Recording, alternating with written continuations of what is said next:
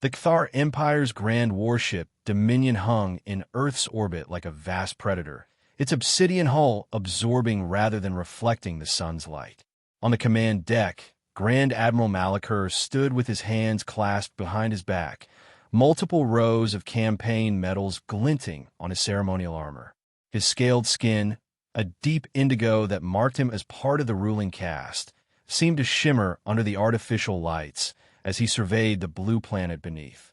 Pathetic, he remarked, mandibles clicking slightly with amusement. Another primitive world ripe for integration into the glory of Cthar. His executive officer, Commander Vexala, approached with a data tablet. The planetary assessment is complete, Grand Admiral. Earth is classified as a Type 3 world, resource-rich but technologically primitive. They've barely managed rudimentary space travel within their own system. Malachur took the tablet, scanning the information with six-pupiled eyes. Political fragmentation, extensive, Vexala deeply. Over 200 separate national entities, with significant conflicts between major power blocks. They're struggling with climate destabilization, resource depletion, and regional conflicts. Our analysts predict minimal unified resistance. The Grand Admiral's mouth parts formed what passed for a smile in Cthar physiology. In his 3 centuries of military service, he had overseen the conquest of 17 worlds and the complete extinction of 4 species that had foolishly chosen resistance over submission. Earth would be a simple addition to his already illustrious record, a stepping stone to further conquests in this untapped sector. Commence the opening phase, he ordered. Standard protocol. Destroy their orbital assets, disrupt global communications, and neutralize their primary military command centers. Within minutes, the vast Cthar fleet unleashed a synchronized attack. Precision energy beams lashed out from the warships, vaporizing satellites and space stations. Advanced electronic warfare systems flooded Earth's communication networks with overwhelming interference, while kinetic bombardment platforms targeted key military installations with devastating accuracy. On Earth, chaos erupted. Television and internet communications faltered and died. Military bases across the globe reported massive explosions before falling silent.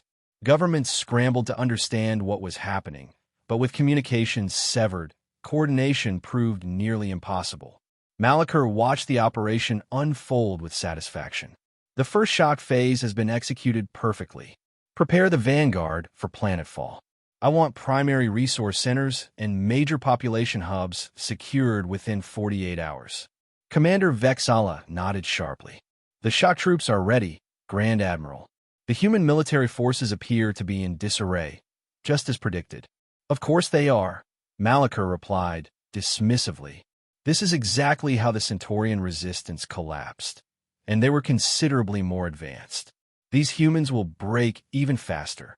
The Cthar landing craft resembled massive metallic insects, their hulls designed to withstand atmospheric entry without the need for heat shields. They descended through Earth's skies in perfect formation, targeting major cities across the globe: New York, Moscow, Beijing, London, Tokyo, and dozens of others. Each carried a complement of elite Cthar shock troops and advanced war machines. In Manhattan, the first landing craft touched down in Central Park, crushing trees and monuments under its massive weight. Armored doors slid open, and Cthar soldiers emerged, 7-foot-tall aliens with exoskeletal armor integrated into their bodies, wielding energy weapons that could cut through concrete like butter. Behind them came the war machines, 6-legged walking tanks equipped with multiple weapon systems and advanced sensor arrays. Similar scenes played out across the globe as the invasion force established footholds in every major urban center. The initial human military response was predictably fragmented and ineffective. Fighter jets scrambled to intercept the landing craft were swatted from the sky by point defense systems. Tanks and armored vehicles that confronted the walkers were reduced to smoking husks within seconds. Malachur received the initial reports with growing satisfaction. As expected, their militaries are falling back in disarray. Begin Phase 2, secure the population centers, and establish forward command posts. But as the hours passed, something unexpected began to happen. In New York, a Cathar patrol moving through the canyons of skyscrapers was ambushed by what appeared to be local law enforcement officers using modified weapons. The patrol lost 2 soldiers before neutralizing the threat. In Mumbai, a Cathar walker suffered critical damage when it stepped on what appeared to be an improvised explosive device of surprising sophistication. In Rio de Janeiro, a communications relay was destroyed by what survivors described as civilian resistance fighters with military-grade tactics. These reports began to filter up to the command ship, where Commander Vexala reluctantly presented them to Malakir. Isolated incidents, the Grand Admiral dismissed. Expected death throes of a conquered species increased the brutality of our response. Public executions for any humans caught with weapons. Level a few city blocks as examples. But the resistance didn't diminish. Instead, it grew more organized, more effective. Local police forces, military veterans, and even street gangs formed impromptu alliances, using their intimate knowledge of urban terrain to stage hit-and-run attacks on Cathar positions. They disappeared into subway tunnels, sewer systems, and a maze of buildings before retaliation could be brought to bear. By the end of the first week, the supposedly straightforward occupation had become a bloody quagmire. The Cathar still held their landing zones and command posts, but their patrols were taking losses at an alarming rate. "This is unexpected," Malakir finally admitted, reviewing the casualty figures. "But not unprecedented. The Arcturus natives showed similar spirit before we broke them. Increase the orbital bombardment of resistance hotspots. Civilian casualties are irrelevant." Commander Vexala nodded, but there was a new tension in her posture. "Grand Admiral, our intelligence division has noticed something unusual. The resistance tactics are evolving rapidly. They're finding weaknesses in our armor that should not be obvious to a species with their level of technology." Malakir dismissed this with a wave. "They're learning through desperation. It's nothing more than the frantic adaptations of a species facing extinction." But the resistance continued to grow more sophisticated. In the ruins of university laboratories and technology companies, human engineers and scientists began to fashion crude but effective EMP devices that could temporarily disable Cathar equipment. Jammers constructed from repurposed cell phone towers and radio equipment began to disrupt Cathar communications in some areas. Civilian hackers launched increasingly sophisticated attacks on the lower-tier Cathar information systems. In London, a Cathar supply convoy was completely destroyed when the road beneath it collapsed into a hastily excavated tunnel. In Sydney, a forward operating base lost contact after reporting unusual seismic activity that turned out to be a deliberate flooding from rerouted water mains. 2 weeks into the invasion, a disturbing transmission was broadcast on an open frequency, using a crude approximation of the Cathar language. "This isn't war. This is pest control. And we're just warming up." The message was accompanied by footage of human fighters standing atop a destroyed Cathar walker, holding up a piece of its armor as a trophy. When the transmission was shown to Malakir, he crushed the viewing tablet in his clawed hand. "Find the source of this transmission and obliterate everything within a 5-mile radius. These vermin need to understand the futility of resistance." But even as he gave the order, a seed of doubt had been planted. The resistance was not following the expected pattern of a primitive species facing superior technology. It was too adaptive, too creative in its approaches. The brutality of the Cathar response intensified. Entire neighborhoods suspected of harboring resistance fighters were leveled from orbit. Supply lines were strengthened, and elite hunter-killer teams were deployed to track down resistance leaders. Yet the attacks continued, and now strange anomalies began to appear. Cathar patrols reported glimpses of unidentified aircraft that didn't match known human military designs. Orbital sensors occasionally detected small craft that appeared and disappeared from radar too quickly to track. Sometimes, Cathar units would simply go silent, with no distress call or indication of what had happened to them. Junior officers began to whisper about ghosts in the system, about how the humans sometimes displayed tactics and technology that seemed impossibly advanced compared to their overall civilization level. Commander Vexala, reviewing these reports in private, felt a chill run through her exoskeleton. Something was very wrong with this invasion, but the Grand Admiral refused to acknowledge it. His pride, she realized, might be leading them all into disaster. 3 weeks into the occupation, Malachur made a fateful decision. Frustrated by the continuing resistance in what had been designated Northeast Quadrant, formerly the northeastern United States, he authorized the deployment of an experimental biological weapon. The weapon, a neurological agent that caused painful paralysis before death, would be dispersed over Boston, a city that had become a significant resistance stronghold. This will break their spirit once and for all, he declared. When they see the price of defiance, the rest will submit. The deployment ship moved into position over the Atlantic, preparing to release its deadly cargo. But moments before it could begin its approach run, something impossible happened. 3 sleek, black vessels materialized seemingly out of nowhere, surrounding the Cthar ship. They were unlike any human craft in the Cthar database. Their design was elegant, advanced, with propulsion systems that registered as unknown technology. Before the Cthar commander could even report the contact, precision energy beams lanced out from all 3 vessels simultaneously, crippling the deployment ship's engines and weapon systems. The Cthar vessel's distress call reached the Dominion. Unknown advanced hostiles, not matching any Earth military profile. We are. The transmission cut off abruptly. Simultaneously, across the occupied territories, reports flooded in of new attackers.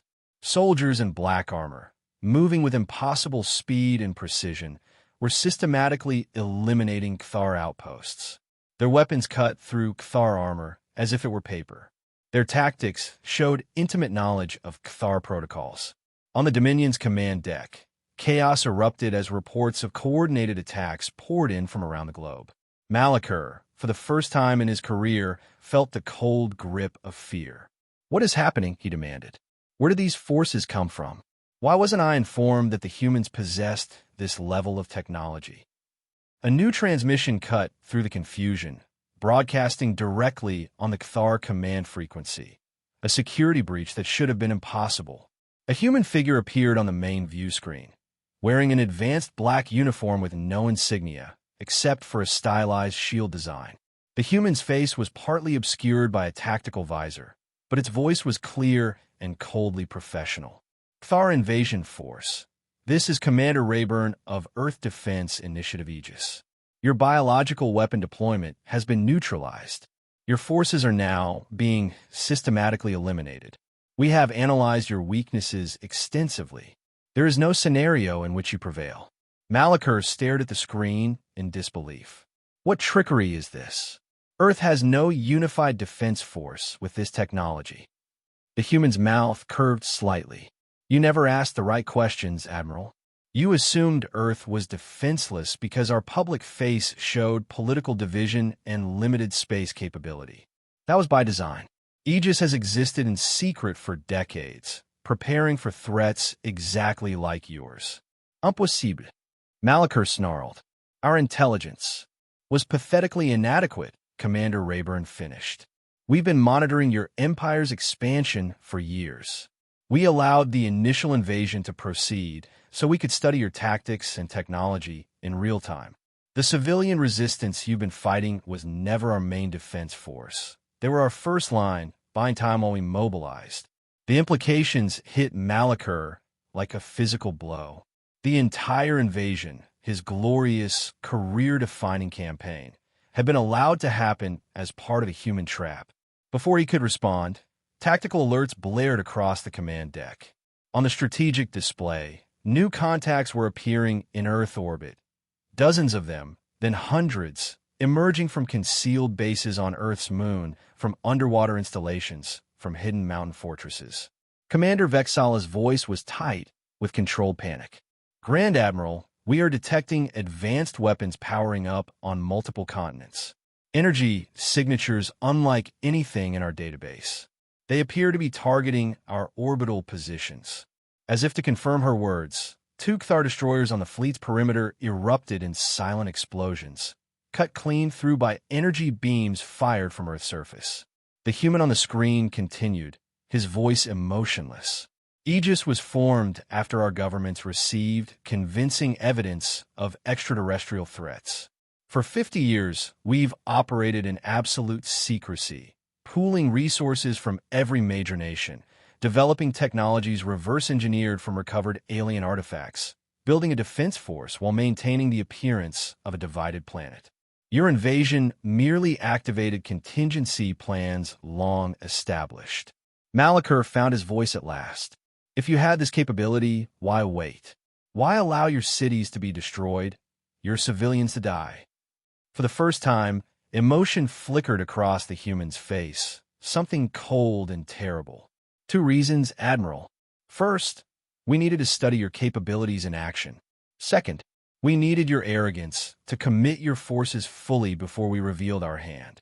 On the tactical display, Malachur watched in horror as more Aegis ships appeared, engaging his fleet with devastating precision. Ground-based, weapons continued to fire, picking off Cthar vessels one by one. Meanwhile, the black-armored Aegis ground forces were coordinating with the civilian resistance fighters, providing them with advanced weapons and tactical guidance to overwhelm Cthar ground positions. You've lost, Admiral, Commander Rayburn stated. But your empire needs to learn a lesson from this defeat. You thought us primitive and divided. You need to understand exactly how wrong you were. The transmission ended, leaving the command deck in stunned silence. For several long moments, Malachur stood frozen, his entire worldview collapsing around him. Then, with visible effort, he straightened his spine. Defensive formations, he ordered. Concentrate our fleet to protect the Dominion. Send an emergency transmission to the Imperial High Command requesting immediate reinforcements. Commander Vexala hesitative. Grand Admiral, preliminary calculations suggest we will lose 60% of our remaining forces before reinforcements could possibly arrive. Then we will fight with what remains. Malachur shouted. The Cthar Empire does not retreat. But over the following hours, retreat became the only option. The Aegis forces displayed not just technological parity, but tactical superiority. They seemed to anticipate every Cthar maneuver, countering with devastating effectiveness. The losses mounted exponentially. Most disturbingly, the Aegis forces weren't focusing on territory. They were systematically targeting Cthar command and control capabilities. Mobile command centers were located and destroyed with uncanny precision. Senior officers were targeted specifically by what appeared to be Aegis Special Forces. The entire Cthar command structure was being systematically dismantled. Psychological warfare added to the mounting pressure. Aegis began broadcasting intercepted communications from panicking Cthar officers across all frequencies. They transmitted footage of Cthar technology being easily neutralized and brief, chilling messages about the retribution to come. Most effective were the returned prisoners, high-ranking Cthar officers who had been captured, subjected to intensive psychological operations, and then released back to the fleet. These broken individuals brought tales of Aegis capabilities that bordered on the nightmarish, speaking of advanced interrogation techniques and glimpses of weapon systems being prepared that could potentially threaten the Cthar homeworld itself. Morale within the invasion force collapsed. Discipline began to fray as exhausted, frightened troops questioned their officers' orders. Minor mutinies broke out on several ships. Malachur imposed harsh discipline, executing several officers for cowardice, but this only drove the dissent underground. The killing blow to Cthar military cohesion came 4 weeks into the conflict, when Aegis revealed another shocking capability. Using what appeared to be instantaneous translocation technology, something the Cthar had theorized but never successfully developed, Aegis strike teams began attacking Cthar outposts and supplied depots in neighboring star systems. These weren't just defensive actions. Earth was taking the fight to Cthar territory. When the reports reached the Dominion, The command staff fell into stunned silence. A young tactical officer, forgetting protocol in his shock, voiced the question hanging in everyone's mind. How can they project force beyond their system? They were supposed to be pre-FTL primitives. Malachar had no answer. His vaunted intelligence on Earth had been not just wrong, but catastrophically misleading. Every assumption upon which the invasion had been planned was proving false. He ordered an emergency council of his remaining senior officers. The meeting was held in the Dominion Strategic Command Center, a secure chamber deep within the massive warship. The officers who assembled looked haggard and defeated, a shocking contrast to the confident, arrogant commanders who had begun this campaign. Our position is untenable, Malachar admitted, the words bitter in his mouth. We have lost 40% of our total force strength. Our supply lines are compromised. The human Aegis forces continue to display capabilities beyond our intelligence assessments. We must request a full battle fleet, insisted Admiral Corval, one of the few remaining senior commanders. The Empire cannot allow a primitive world to defy us this way. With sufficient forces, the Empire will not commit additional resources to what they already see as a failed campaign, Malachar interrupted. Now when Aegis forces are already striking our outlying systems.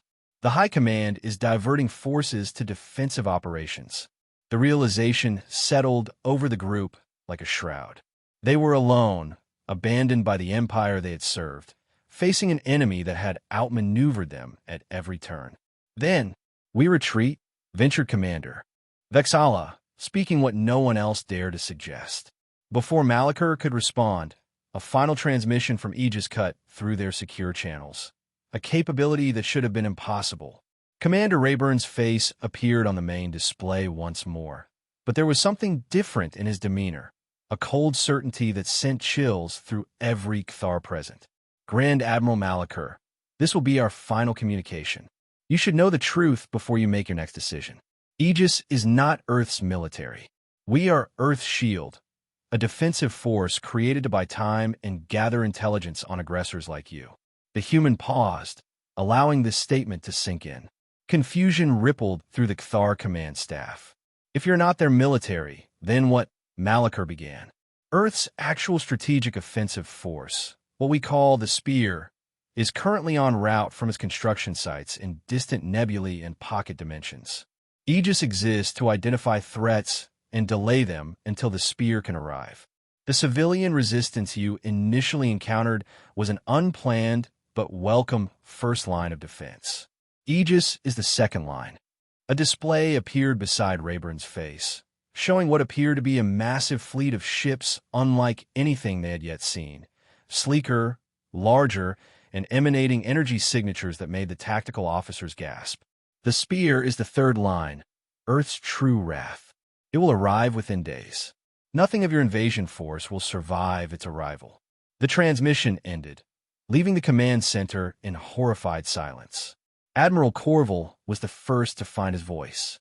This cannot be true. It must be psychological warfare. But the doubt was already spreading. If Aegis, supposedly just a defensive screen, had proven this formidable, what could their main offensive force accomplish? An elderly strategic advisor, his scales faded with age, voiced the question that would haunt the Kthar Empire for generations to come. We've been fighting their civilians and their defensive screen. You mean that wasn't their full army? The silence that followed was answer enough. Grand Admiral Malachar, his career and reputation in ruins, faced the most difficult order of his life. Begin evacuation procedures.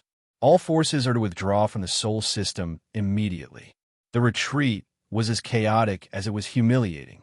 Aegis forces harried them relentlessly, picking off stragglers and damaged vessels. Many ships, cut off from escape routes or too damaged to achieve FTL, were abandoned or self-destructed to avoid capture. From his flagship, Malachar watched the tactical display with hollow eyes as his once-proud invasion force fragmented and fled. The mission that was supposed to be his crowning achievement had become the greatest military disaster in Kthar imperial history. As the Dominion itself finally prepared to jump to FTL, Commander Vexala approached her defeated superior. Grand Admiral, there's something you should see. On the main viewer, a final image from their retreating sensor buoys showed Earth. But instead of the expected devastation, they saw something astonishing. Massive reconstruction efforts were already underway in the damaged cities. Aegis vessels were visible in orbit, coordinating the recovery operations. Most shocking was the unity of purpose evident in these efforts. Nations that had been bitter rivals were now working seamlessly together. They're united now, Vexala observed quietly. We did that. Malachor had no response. As the Dominion jumped to FTL, fleeing the catastrophe he had created, he could not shake the vision of Earth, not as a conquered world, but as an awakened one. In the months that followed, the ripples of Earth's victory spread throughout the galaxy. Intelligence reports of the Cthar defeat and the mysterious Aegis force that had engineered it reached other empires and confederations. The revelation that a supposedly pre-FTL civilization had not only repelled the mighty Cthar, but taken the fight to their territory sent shockwaves through galactic politics. The Cthar Empire itself fell into political turmoil. The military high command was purged, with Malachor among the first to face execution for incompetence. Border worlds, sensing weakness, began to resist imperial control. Long-suppressed subject species whispered new words of hope. If Earth could do it. Earth itself emerged from the invasion transformed. The revelation of Aegis and the partial declassification of its history sparked global debates about secrecy, power, and oversight. The organization had operated for decades in complete secrecy, drawing resources from black budgets and hidden funds, developing technologies that had been kept from the public. Yet none could deny that Aegis had saved humanity. Their preparation and foresight had turned what should have been a genocidal conquest into humanity's emergence as a galactic power. The question of the spear, the supposed main offensive force that Aegis had claimed was en route, became the subject of fierce speculation. Did such a force actually exist? Or was it a brilliant bluff that had broken Cthar resolve at the critical moment? Aegis representatives neither confirmed nor denied its existence, maintaining that strategic ambiguity was essential to Earth's security. This policy proved effective. Other alien civilizations observed Earth with new caution, uncertain of what hidden capabilities this deceptively powerful world might possess.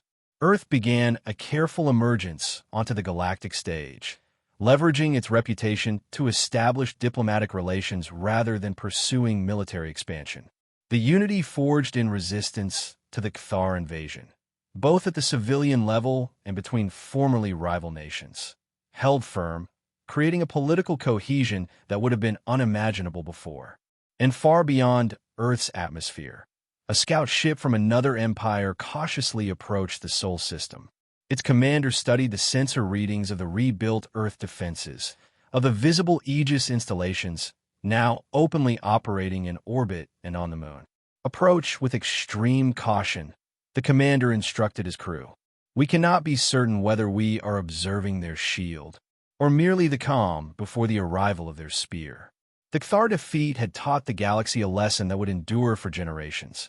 Appearances could be deceiving, and underestimating humanity was a mistake no one would make again.